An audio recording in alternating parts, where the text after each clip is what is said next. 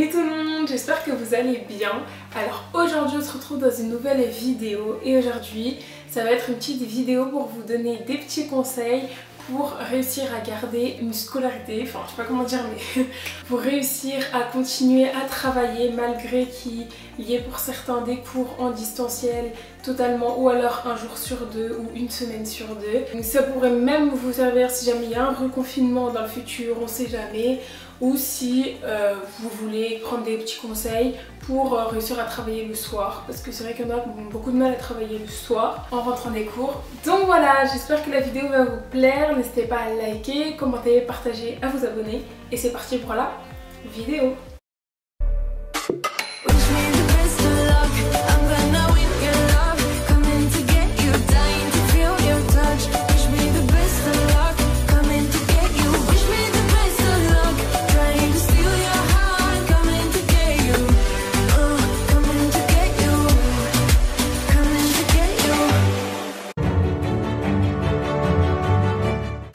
La vidéo elle rejoint un peu ma dernière vidéo que j'ai faite, donc vu que j'ai eu cette idée là je me suis dit c'est le moment ou jamais, vu que j'ai sorti l'autre vidéo la semaine dernière qui était comment trouver l'envie de travailler, donc je vous la mets juste là, donc n'hésitez pas à aller la voir si jamais vous voulez, je vous la mets à la fin de la vidéo et dans le petit i juste là-haut. Déjà le premier conseil que je peux vous donner c'est de vous lever aux heures habituelles à laquelle vous avez l'heure de vous réveiller et pareil à l'heure où vous vous couchez.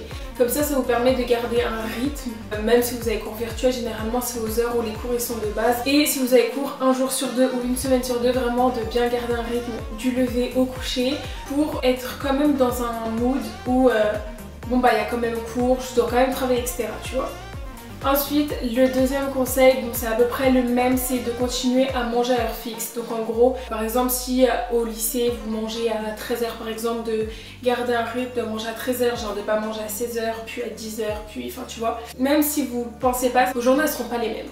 Le troisième conseil que je peux vous donner c'est de s'organiser dans votre travail. Donc par exemple vous faites un planning ou vous faites je sais pas sur une petite ardoise, vous marquez toute la journée, toutes les étapes, toutes les choses que vous devez faire.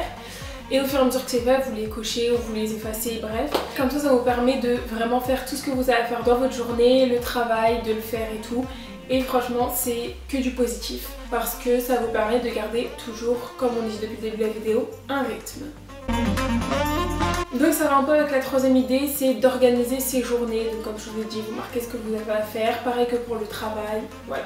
Ensuite, on va passer à la cinquième idée qui est donc le matin. Par exemple, vous avez cours virtuels, etc.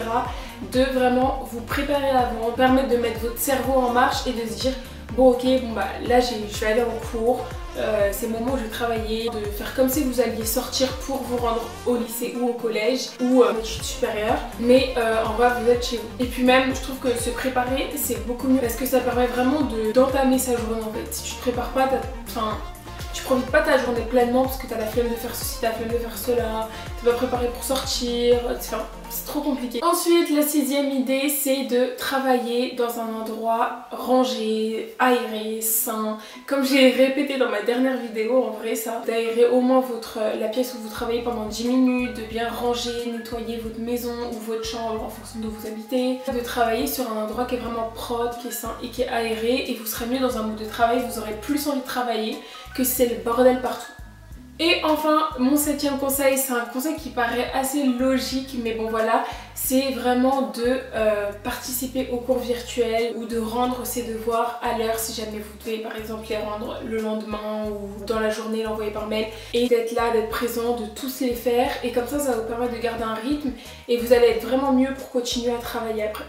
Donc voilà, c'est déjà la fin de cette vidéo, j'espère qu'elle vous aura plu. En tout cas moi ça m'a fait super plaisir de vous la tourner. N'hésitez pas à me dire en commentaire ce que vous en avez pensé. Je vous fais des gros bisous et on se retrouve très vite pour une nouvelle vidéo.